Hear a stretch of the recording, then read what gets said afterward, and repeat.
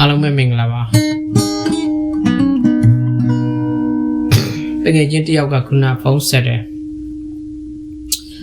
သူကတဲ့ snowstorm ကြတော့မှမလို့တဲ့သူဖျောင်းနိုင်နေမိချစ်တီသွားဝယ်နေတယ်တဲ့သွားဝယ်နေပြီတဲ့ကောင်းတယ်လို့ in case မှာအဲ့လိုဖြစ်ရင်မိဒီပိုင်းပြတ်သွားရင်အေးရင်လူကတနာရီတွဲမှာအပူတံမပေးနိုင်တော့မလွယ်အပူတံမရရင်တော့အပူမရရင်ပေါ့နော်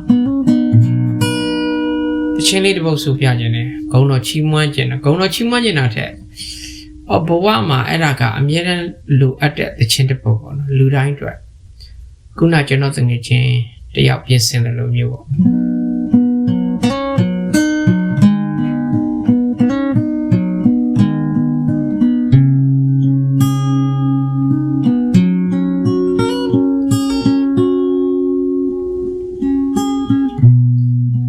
မိကွယ်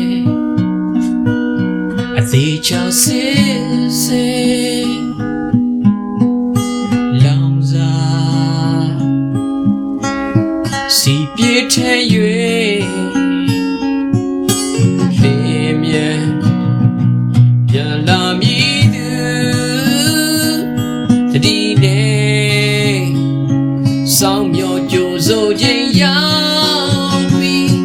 ယနေ့သည်သင်ခရစ်တော်ဤဒုတိယခြင်းပြန်လေလာရောက်မည်နေဖြစ်သည်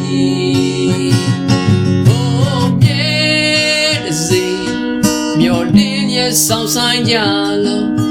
ချိန်နာရီရောက်ရှိလာပြီ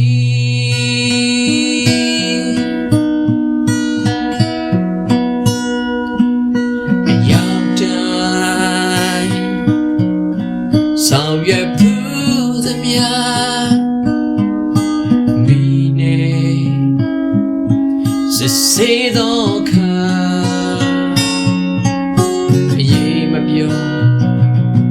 ပြမပုံလောက်အောင်သူချင်းမိတန်ခန္ဓာရရှိမလား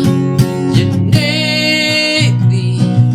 ခေခရစ်တော်ဤဒုတိယခြင်းပြန်လေလာရောက်မိနေဖြစ်သည်အိုမြဲစေမျော်လင့်ရဆောင်ဆိုင်ကြလို့ချိန်နာရီရောက်ရှိလာပြီ